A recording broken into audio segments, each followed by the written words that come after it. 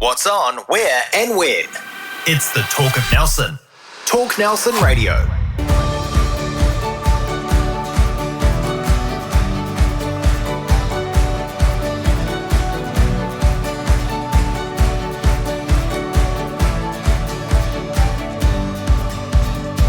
Welcome to episode 2 of Your Home, where we find out what is happening in the housing and building market in the top of the South region. I'm Chris Butler, and my co-hosts, once again, Mark Rumsey, Principal of Ray White, Top of the South. G'day, Chris. Nice to have you back. Adam Hills, General Manager of Milestone Homes. G'day, Chris. Good to be here. Nice to have you here. And we've got a very special guest, Howie Timms, General Manager of Commercial and Marketing at MBS Bank. Good to have you here, mate. Kia ora, Chris. Yeah, thanks. Don't know about how special I am, but anyway, let's see. Let's see, that's right. In today's show, we're going to be talking about what's happening in the marketplace from a real estate perspective and a building perspective. Also, an overview of what's happening in the lending market at the moment, and also how things are looking at going into summer, and also what's coming up in the near future. So let's get things underway. Mark, the real estate market at the moment, we were in the middle of winter last time we spoke. The sun is out, still a little bit chilly, but traditionally this is a time where more homes come onto the market. Is that what you're seeing? Yeah, look, we're expecting a whole kind of flush coming with the spring market. Things are really quite buoyant in terms of how people are feeling. The positivity's out there. Yes, we've had some pretty nasty weather events recently, and that's really affected some people's position. We're such a resilient kind of part of the world, so what we're seeing is buyers are almost at double their strength as they were during the winter periods, and although listings have stabilised around that 660 listings available if you look on Trade Me at the moment, then that's a very steady market. So what's coming in is going out now that the days on the market has come to a kind of a steadying point round about that, somewhere 45 to 55 days. Right. Yeah. Okay. Yeah, so homes are still moving, but you're still seeing plenty coming on the market at the same time. Absolutely. Yeah. So to be really clear, we had a hiatus where there was an extension of days on the market, so the number of transactions and the sales, for whatever reasons, really slowed down, and we are technically in a declining price market right at the moment. But nobody rings the bell when we do get to the bottom of that, so we're not quite sure when we're about to turn the corner, and we're expecting that this next 6-month period is going to be really steady and then move to improvement for the next part. But Howie will be able to help us with finances, I'm sure. Yeah, that's right. So Adam, with the building sector, so still very busy construction-wise because you've got a lot of houses to finish, but last time you were talking about a bit of a slowdown in the sales inquiry, but with the sun out now, has that changed at all? Or? Yeah, it certainly has. We live in a pretty cool part of the country, yet we all seem to hibernate for 3 or 4 months through winter. And I was back on the coalface on the weekend, back in the show home, and really positive out there. Lots of visitors through. Sun came out. People thought, well, I'm on a change and I want something to do. So similar to Mark, we're really expecting over the next sort of the run into Christmas, run into December, that we're going to see a real good uptake of inquiry and a bit more urgency back in the market. And I think it leads very well into what Mark said, that the urgency is what's been lacking, and people have been able to take a bit more time, take a step back, and that's just meant that those days to sell or the days to make a decision have just stretched out a bit, and we're now starting to see that level off. People getting ducks in a row, they know what they've got to do. We're seeing some good positivity and some good signs. So hopefully we're in for a nice busy back end of 2022 and into 23. One of the things with COVID was that real lack of available land to build on because of really high demand. Yep. So is there a bit more land around now? Or? Yeah, it's been pretty consistent with what's been developed, and because of the urgency coming out of the market, it's actually enabled this land to become titled and come a lot closer to market. So we're not worrying about selling something and not starting for 12, 18 months and having to try and keep clients happy. If you buy a piece of land, you could be under construction within 2 months, and that's really starting to play into the good weather and the good vibes that people have got and wanting to get on with it, and they can actually feel that they can make a decision and they can get on with it and they can see it happening, and we can put a timeline on. We can actually say this is the last winter in your current house. Hey Chris, we're seeing the same. A lot of these guys with their building program, it seems to be a little bit more available. Yep. Last year people were like, even if I signed up now, I wasn't going to see my house for maybe a year or even longer down the line. So these guys are helping the real estate, the existing real estate stock market starting to move again, because people are saying, well, actually, we can sign up. We are going to be able to buy, and we've got a pretty good contracted move-in date. I know there's a lot of pressure on you over the next 4 months, so I'm not going to let everyone come in and go. Mark. But for the early part of next year, you'd be quite confident about having properties that might be available already, and that's stimulating our market, where people are saying, hey, great, we can actually put a house to the market confidently, knowing we can move into a brand new home in Berryfields or wherever they're going to be. Yep. So exactly right. Or say, well, I don't don't mind living with my parents or the in-laws for 6 months. I don't mind going to a short-term rental for 6 months. It's a different conversation when it's 18 months, and that's I think some real blessings in the slowdown, and I think we can all sort of see that. We've got to take the positives from what might not always be positive, and I think some really good things there are the fact that, hey, you can go to your bank, how we can lock your pre-approval in, you can sign a contract for a build, you can be moving in 6 months, you can sell your existing home, you can tie it all in together, and life doesn't feel like it's on hold for years. So I think that's a really, really good sign. Well, that's a good lead in, Howie, because we want to get a bit of insight in the lending market at the moment. Bit of background, obviously, there were some rule changes which banks were required to follow, and that tightened things up. So how did that impact you from a lending point of view? They did relax a few of those rules, so has that also had any impact? Yeah, well, I think maybe I'll firstly talk about the slowdown in the lending market and the reason for that, and certainly the new legislation that came into play in December last year has been a pretty big factor. But obviously there has been a slowdown in lending volumes because of a number of other things, like increasing interest rates. We've got people who have been on a fixed interest rate in the high twos, mid twos. They're rolling onto a rate now in the mid fives or early sixes. And so, that is maybe causing them to not make a decision about moving into a new house, and it's reducing their affordability. I think there are worries about inflation. That's the reason that rates have been put up. Although I think, fingers crossed in New Zealand, we're pretty well placed to not have a severe impact as some other countries. The Reserve Bank moved very quickly if you compare it to the US, who sat on their hands for quite a while in terms of increasing interest rates. Our Reserve Bank moved rates very quickly. So hopefully our inflationary issues won't last for too long. I think people need to get used to interest rates that are, not in the twos and threes. They're going to be more in the sort of fives and sixes for quite some time. Which again was kind of pre-COVID times, wasn't it? Yeah, that's right. Yeah. But again, those changes and increasing rates, I think, have caused a slowdown. Concerns about our slowing economy and, the uncertainty around that as well, although June GDP data came out this week, and our economy grew 1.7%, which is fantastic, or for a slight decrease last quarter. So hopefully that sort of thing will mean people get a bit more confidence back in the market. And you could argue things haven't changed that much, but it doesn't take much for people to sit on their hands in terms of buying a new house, signing up to a new build. And as I said, all those factors have caused a slowdown in lending and in lending volumes. MBS, we're a growing business, so our volumes have been okay. We've got lots of people still moving to us around service mainly. But yeah, definitely a slowdown in the market. I suppose a positive, the banks are all chasing good quality home loan business. So if you are in the market and you're a good client, you're going to be able to get a really good deal with the banks at the moment, because they're all chasing that business. Did the slight correction in the rules that they imposed, did that have an impact at all? Not really. Right. So the big difference between how banks used to assess debt or someone's ability to repay and the new legislation is we're now required to take a deep dive into people's actual spending.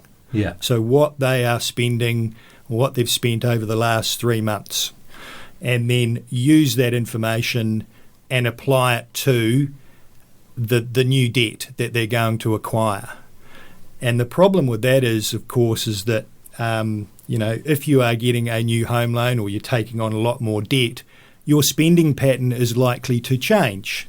Chris, you're not going to be down at the Sprig and Fern so much. You see, I was going to deflect and point to these guys, but you just went straight for me. That's right. So your spending patterns do change, and the legislation is quite restrictive around taking those changes into account. It says what you are spending now is what you will spend with your new loan. And unfortunately, that has meant that a lot more people have been declined for finance than perhaps would have been in the past, where, the legislation was aimed at protecting vulnerable people and for them to not take on too much debt. And, of course, in the banking industry, we would argue that we were doing a good job already in assessing people's ability to repay. The legislation was really aimed at the payday lenders, the hire finance company lenders, but unfortunately the banks got sucked in. It's your risk. That was the way I saw it. It's the bank's risk. So surely don't they have a say on whether they take the risk or not? Yeah, I agree. And although, the legislation has, I guess, made banks take a bit more time in assessing people, but hopefully they'll continue to make changes so we can apply a bit of, say, common sense. But, when you're sitting down with someone and, saying to Mark, hey, you're not going to be going to have your Avo on toast every weekend when you've got a big debt. You're not going to be going on the holiday, et cetera, et cetera. Oh, man. It's back to noodles and beans for us, Adam, by the look of it.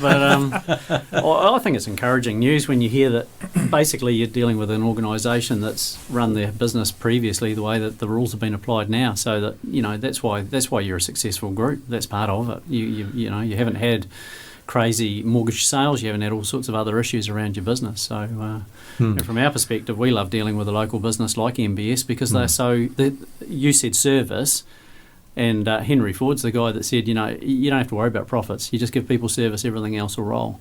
And that's the same for all three of our businesses, I suspect. So service is where we know that when clients come along and they're looking to buy a house and they need a mortgage or there's something in between, MBS are always pretty quick smart on it, or they've already been there. So as I said earlier, business continues to grow because we do provide a quicker turnaround of approval, usually. And you are dealing with a local who knows where your house is, knows what company you work for, and we can take those things into account and be a bit more flexible and make a decision that's more locally based. But hey, it does take more time to assess a new loan now because of that new legislation that we need to follow like any other banking institution. Before I ask you this question, Howie, I'll go to Mark and Adam. So when it comes to finance, so people are making inquiry about buying a new house, what are some of the things that you see around finance? Because obviously you've got to come up with the money somehow. So, you get an inquiry from someone, they're really excited about the house, but what's your general observations that happen in your experience when selling a house? Well, we spoke last time about 2021 being a kind of one of those king tide years where things were a little bit crazy, and we were expecting people to either bridge immediately or take a 1 or 2 day finance clause if they were really wanting to secure a property in a multiple environment, which really was pretty frustrating and upsetting for banks, and people were going out on a limb. We call it the burden of compromise. So the burden of compromise last year was on the buyer. Right, they had to compromise on, not a third bedroom or not a, second toilet or a, smaller garage or whatever. The burden of compromise has moved back to the vendor, and there's only 1 or 2 things the vendor can do, and that's really change their price. They can't change their location or the shape or whatever of their house. So what we're seeing is we're seeing much more compromise when it comes to the sale and purchase agreement, allowing banks to have 10 working days is probably a relatively normal extension. But the real answer to your question is that we're finding buyers are coming highly educated. The media has done an awful lot of work for this market for building, for banking, and for real estate. Positive or negative, people are going, well, if we are going to change, we're going to have to take into account some considerations. What's the security of our job? What's the what's the location of our home? What's its true value? What's it likely to sell for? When we're building, we're going to be building in an area where those prices are going to be stable for the next 5 or 10 years, etc. And we're seeing people come with this real intelligence. So it's making our job a lot easier, and we're finding that the banks are finding that a lot easier to manage those financial obligations when people do sign up for a property. I'm sure, Adam, you're the same. Are you seeing the same thing? What are you seeing in your... Yeah, I suppose for people that we deal with, or our clients, they typically come in and they want to just look at exploring the options. So quite different from real estate, where you can pick up Trade Me and you can see, well, that house is for sale for that much money, and it makes it a little bit easier to do your homework. We're finding a lot of people coming in saying, right, well, we would like to build, but what's involved? And like you said, the burden of compromise. People don't have to make a decision in 15 minutes and in one visit anymore. They don't feel rushed or pressured into, I must buy this, because if I don't make a decision now, the next person at the door is going to buy it. That's why you're on the phone for the last 10 minutes outside? That's is correct. That right? That's correct. What colour's the wardrobe going to be? That's right. So yeah, that's probably the biggest change that we've seen, and it's a bit nicer for us, to be honest. The consultants that we've got find it really hard. They're not pressure people. They don't want to pressure people into it. And you can see the strain it places. They're running off to the bank, be it MBS or whoever it is, or we're making phone calls on their behalf to try and hurry it up so we can find out where it is. It's not very nice. It's actually good now. It's slowed down a bit. People can come in, okay, where can I be? We can give them some options. Well, I'd like X number of bedrooms. How much roughly does that cost? And they can walk out after 15, 20 minutes with a wee package and know that, okay, if I want to be in this location, I need 920. If I want to be in that location, I need 1.1 million. I'm going to go to the bank. Here's some ideas. I can go there and do a little bit of homework before making a decision. And that's the biggest change that we've seen in probably 12 months. Right. 12 months ago, you came in, Chris, buy it now. If you want to come in tomorrow, it's probably not here. Yeah. And that's not ideal for anyone. Can I ask, is there much speculative movement still in your business? We're actually seeing, and I think it is banking related and how we can talk to it, there's a lot more caution around building, and it's media driven because of cost escalations and delays. The demand for completed homes, brand new, or 10% deposit balance on completion, that sort of turnkey product, is out of control. If our business was structured solely around offering that, we would be busier than ever. But that's got a financial burden on a business to be able to buy lots of land and build lots of houses, and Howie doesn't have quite enough money. So, we have a few products because we saw what was happening 6 months ago. We've got a few homes either under construction or coming to the end, which are that turnkey completed home type scenario, which are proving incredibly popular for people because they know they can just book the movers and they're in 2 weeks' time, but they get the benefit of new. So, we're certainly seeing a change in that speculative market where you're not selling off plan anymore. You're not selling with something to go to council to be built. You're selling something that is 3 weeks away from being finished. Interesting. And so customers are interested in that. They certainly because are. not everybody necessarily wants to go through a build. No, that's right. That's right. They like the benefits of new with warm and quiet. They'd love to pick their colours, but it's not a deal breaker for them. So if they can walk in and the clothesline's up, the letterbox is in, and the landscaping's done, perfect. We are really seeing some desire in the market for that product and trying to cater for it. So, Howie, when people are looking at buying, what should they be doing when they come into you, and what do they need to be aware of, and what do they need to put together when they come and see you? Yeah. I think before I answer that, it's just a bit more on what Adam was saying. I think people talking about this, a massively slowing market, I like to think about it. It's got back to some level of normality. And where people can come into Adam's business and sit down and have some choice around a new build and a section that's going to come online in a shorter period of time. And I think that's in a lot of ways quite a positive thing. And with real estate as well, I don't think it was particularly healthy for the market where you had such fear of missing out that it was really driving prices up. So I just think things have returned to a level of normality. So the area about being prepared, yes, with your finance. Yeah. What are you looking for from a customer? So I think, firstly, I'd encourage people who are thinking of acquiring a new property, the first home, or changing properties, as part of the process, don't just go and look at the property, talk to your bank about a pre-approval. And they'll tell you what information is required. It might take a few weeks to get the said approval done, but nonetheless, and I'm sure Mark and Adam like this too, when they talk to a potential client and they have a pretty good idea around what finance they actually will have available before signing up. So that's the first thing. Engage with your bank, and I don't want to say maybe try and curtail your spending for a few months before you come and see us, but massage you 3 months is what you're saying, a little bit.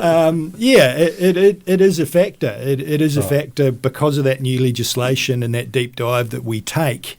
That if you can have a few months where you are showing that you're saving some money and curtailing those variable expenses, that's going to mean you can borrow perhaps a higher level. But hey, just be prepared. An important part of acquiring a property is to get the loan. Yes.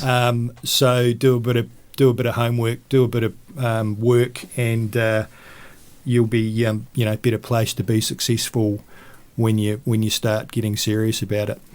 Good stuff. All right, well, it's springtime. It's still a little bit chilly. The sun's out, but we are heading toward warmer summer months. And we've also got an increase of tourists coming to town. Looks like good bookings. The airports are busier. The tourism operators are looking forward to a better summer. Won't be back to where it was pre-COVID, but certainly things are looking on the up and up. What does that mean in the real estate market? I think the World Health Organisation basically declared the pandemic over. I think there's a whole kind of lifting. People feel a lot more positive when we're walking around and chatting with people. I think generally I can't endorse, more what Howie's just said about us going to a steady, normal, predictable type of market is the best market for us. We can deliver our service and we can demonstrate it.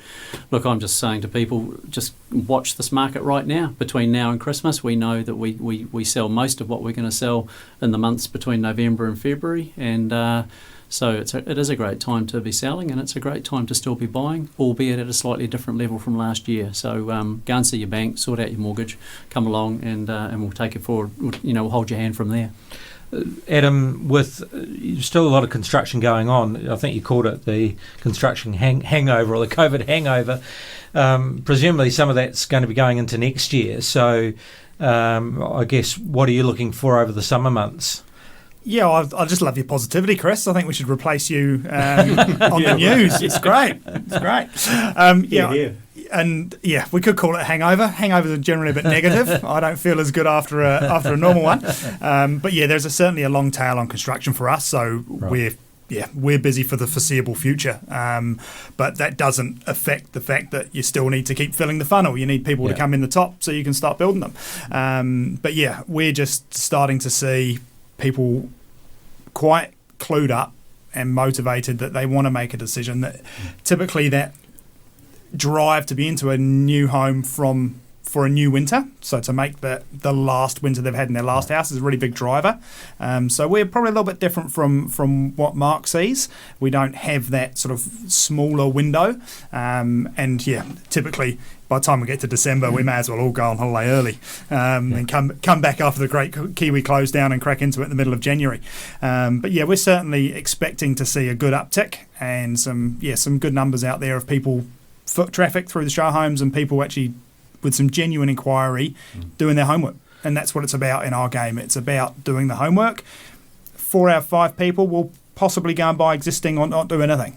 But we need the more fives we get, the more people will get across the line for a build. So yeah, for us, we're a real homework fact-finding type scenario, because they want to see what value they're getting from a build versus something finished. So yeah, the more people we can get in front of, the better it is for everyone. So I presume that transfers to the lending institutions will be as the sun comes out, more busier times in the office. Yeah, there's some correlation there between lending, real estate activity, sales, and lending. We usually have an uptick in the spring and summer in terms of volumes, just because of that. And what do I expect this summer?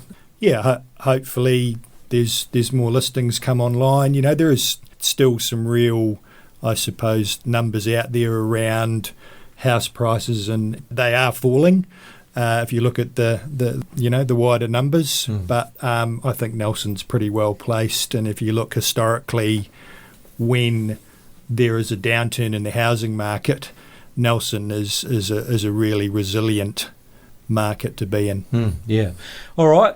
Time for a shameless plug. Mark, what's coming up for you guys? You've just had your awards. Yeah, we had 90 odd people at our awards ceremony down at the boat shed. That was the best one we've ever had. We reckon we had a fantastic night. Oh, awesome! So blessed with a pretty great group of people from property management, admin, and so real happy there. Look out for some of the photos in the in the local and the weeklies. So yeah, and thanks, Chris. This is a great venue for us. Appreciate it. No worries. And Adam, what's coming up for you guys? Hope nobody hears this and comes rushing in to see us, because the team and I are all away to conference next week. Oh yes. So that'll be a bit of fun for us. But yeah, we'll be back into it, and as mentioned, that turnkey package is something that is coming. People will see more and more entering the market from us, with a couple sort of close to finish and a few more in the pipeline. So yeah, it's really, really good. And thank you for your time, Chris. No worries. And Howie, lots of community stuff going on for you guys. You support so many local community organisations. We are doing a lot in the community. Our budget, or our community investment spend last year, was $1 million for the first time. The budget this year is $1.2 million. So, Jeez. The more success that we have, because we're a mutual, we want to put a large percentage of our profits back into the local community every year. I suppose the biggest community event appeal or activity that we've got coming up is the Rescue Chopper appeal that we hold every year. We have a month of activity to try and raise money for that really important service, the Rescue Chopper. And we're right behind that service. And one of the things we're actually doing, which I'll make sure I email you to get you involved, is what we're going to be calling the 10-10 challenge, which is do 10 press-ups. We'll give the Rescue Chopper $10, and you just have to record those 10 press-ups and invite your mates to try. So you got a bit of training over the next couple of weeks. Is that Chris, right? to try and give me some notice. Can I spread those 10 out over multiple days? Yeah. Is it one a day, or do you? No, we are looking for 10. Guys, we can do 10 press-ups. Come on. Between us. One go. That's right. Divided by 4. 2.5 each. All right. Hey, look, thanks very much once again for coming in, guys. It's great to have you here, Mark. Great to have you in, Cheers, Chris. Adam. And Howie, thanks very much for coming in, mate. It's Pleasure. good insight into what MBS is up to, and, of course, lending at the moment. And that wraps things up for another edition of Your Home. You can hear this podcast on talknelson.co.nz or on our Facebook page, and also you can catch it on Fresh FM Fridays 1 o'clock. Take a listen out for that. Thanks very much for listening. What's on, where, and when? It's the Talk of Nelson. Talk Nelson Radio.